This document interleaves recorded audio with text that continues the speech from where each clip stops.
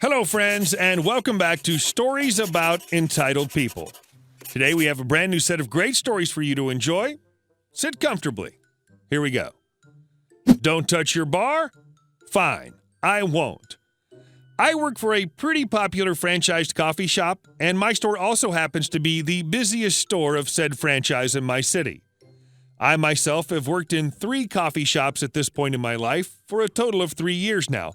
I haven't worked at this particular franchise before, but making a latte is the same no matter where you are, and not to toot my own horn, but I'm quite an excellent barista. Now, I like to try and keep a low profile at work, a combination of not liking to get in trouble and liking to toke up a bit before work make this a necessity, so I never really mention my past experience with coffee shops to my coworkers. If it comes up organically, I'll mention it, of course, but I figure there's nothing to gain from boastfully saying, "Oh yeah, I've got 3 years of barista experience," when someone tries to helpfully offer me advice. I know people love to feel like they're smarter than others, so I just let them talk. Anyway, enough. Back to the story. This was a few months ago, on my 4th or 5th shift. I was working a shift with a girl I'd never worked with before. Let's call her rude, unpleasant farthead. Rough. Ruff likes to think she's hot crap, likes to work the busier bar, espresso machine, and attached counter where you prepare drinks, and whine about how her talents are being wasted if she's put anywhere else. She's also constantly complaining about our pretty wonderful, to be honest, job in front of customers and routinely refuses to make drinks. She hates frappuccinos. To be fair, they do take an absurd amount of time to make, and the syrup tends to get on your arms, and will try to pawn making them off on anyone else she can. But I digress. Ruff is working the bar as usual, and the store gets a huge rush. I'm still an unknown commodity at this point to the supervisors, and they don't know what my strengths are. So I'm ordered just to help out where I can. Stock cups, get food, etc. I'm beginning to do so, and soon Ruff is overwhelmed by the sheer amount of drinks being ordered.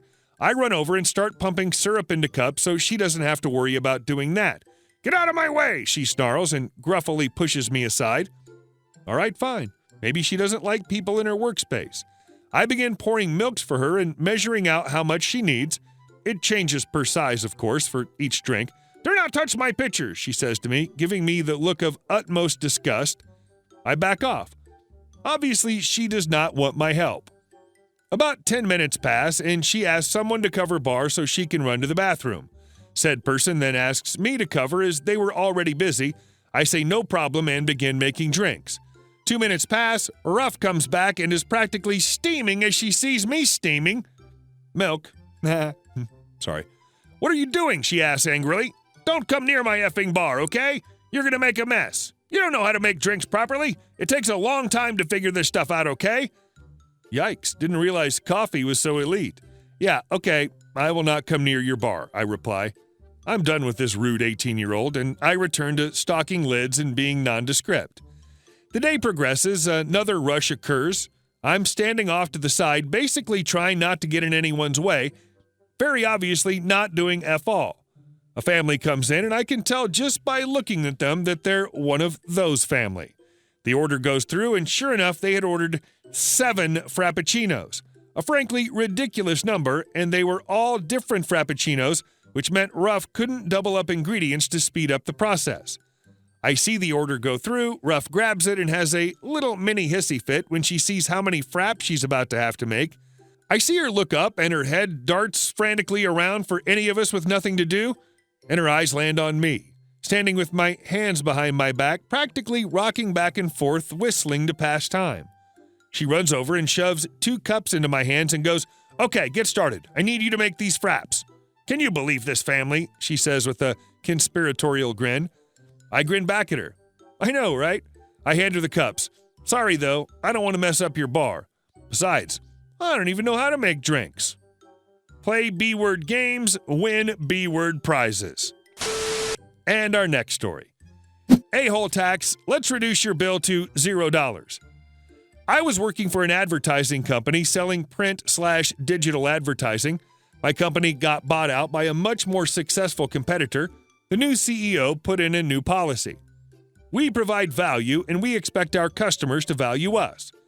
In short, massive discounts are going to stop, especially on small accounts. Problem accounts with small revenue, they're getting cut.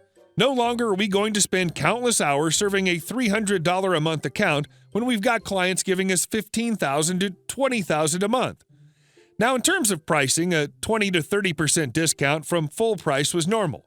For special customers, 40 to 50% wasn't unheard of. Salespeople could go up to 55% off. Managers could authorize up to 75%, and VPs could offer up to 80% for super special situations. That was the old policy. New policy was salespeople 15 to 20% if salesperson can justify 25 to 30%, and manager 40%, VPs 50%.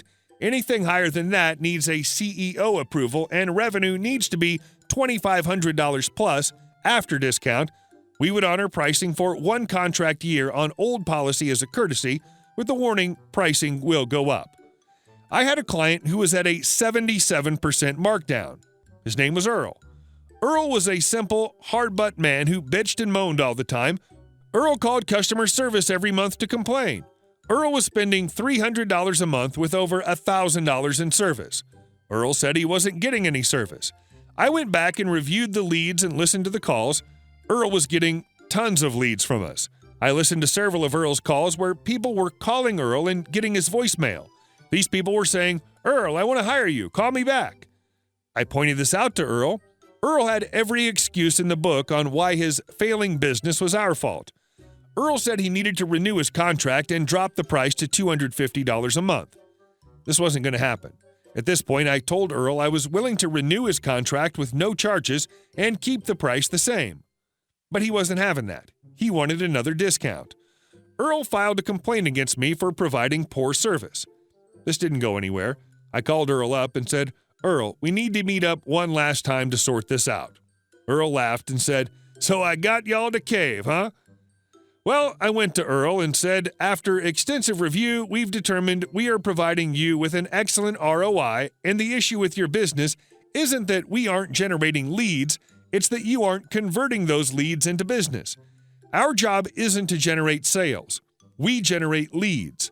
With that being said, we're prepared to renew your contract at $750 a month for the same services provided." Earl balked. "That's 3 times what I told you I was willing to spend," to which I said, "I understand, Earl. That's the best we're going to offer you."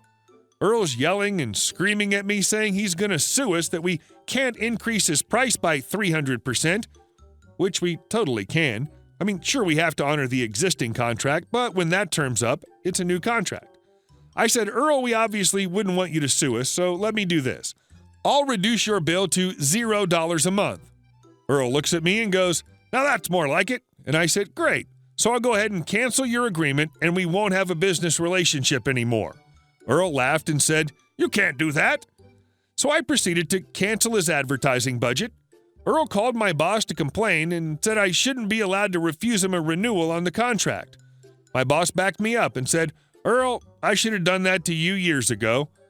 I did Google Earl's business 6 months later. He'd apparently closed up shop. And our next story. No breaks for my shift? Got it. I work part-time at a pharmacy chain, and recently our store got a new manager. We'll call her NM for short. Well, NM is one of the most power trip bosses I've ever had. She always has to enforce whatever rules she can think of. For example, one of my coworkers had to switch with someone for a family emergency. When they told NM, she reluctantly agreed, but the next schedule she put out had an announcement saying, once the schedules are posted, no changes or switches, how NM wrote it, were allowed. So for my malicious compliance, we'll start with how my former boss used to provide longer shifts, usually 6-hour shifts, to ensure we get a good length-worthy shift as well as a 15-minute break without a lunch. Typically, even if we'd only work 4-hour shifts, he'd still give us a break. For full shifts longer than 7 hours, we'd get a break as well as lunch. If we had a 4-hour shift, all the supervisors would still make sure we get a small break. I believe for most of us, this made it feel like a much better environment as we got a mental break from customers. Our customer service scores would back that up. Our former boss gets transferred, and slowly but surely, NM starts giving us 4-hour shifts. That way everyone can work throughout the week. She eventually posted a notice our state laws on meals and breaks allowed from now on. One of them said, any shift that is 4 hours or less does not require a break. The other said, any shift that is 4 to 6 hours requires a break of 15 minutes.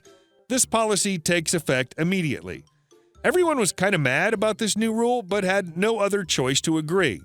Her words were, we need to follow policy and not break the rules. This one shift, it was just me and NM for 4 hours, where after the 4th hour I had to leave, and NM would stay by herself for 30 minutes till the next coverage would come in. We ended up having a huge line right as my last 10 minutes were up on my shift. Her expectation was, I'm assuming, for me to stay, then clock out. Those 10 minutes were up, and I just finished a customer, so I say, I'm out, have a good shift. NM says, can you help me with the line, then leave? I said, sorry, I didn't get a break and wouldn't want to break policy by working and not getting one. I proceed to clock out right as I hit that 4th hour. As I walked out, I could tell she had this look on her face that she knew she lost. I ended up telling my other coworkers, and now they're all clocking out right on the exact time their 4th hour is completed, even if she asked to stay a couple minutes longer. It even went as far as having one of us take a break after our 4th hour completed, only to leave 15 minutes later. And our last short story. Boss trashed me for 5 minutes late, so I complied to their wishes. I worked at a great company, not hourly paid. Official hours are 9:30 to 12 or 14, with just 1 hour lunch break. You have to manage it between those times, to 18. I love my work and often arrive before 9 and leave after 18:45, so almost 2 hours more of work every day, so 10 hours a week free but gladly done. I really enjoy what I'm doing. One day for my lunch break, I went to have sushi, but the cashier made a small mistake with the bill and we had to stay a few minutes more to regulate it, so I came back to work at 14:05. I left at 13, so 5 minutes more than usual lunch break.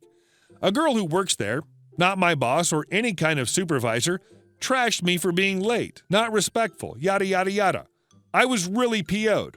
I'm no child, we're not at school or anything, and my job was always done with my client's satisfaction. So the next day and the following week, I arrived at 9:30 precisely and left at 18 on the clock. My real boss was quite annoyed because, well, I worked way less than before, and I explained the situation. I don't know what happened to her, but she never trashed anyone after that. Hey guys, thank you all for watching the video, and I'll see you in the next one.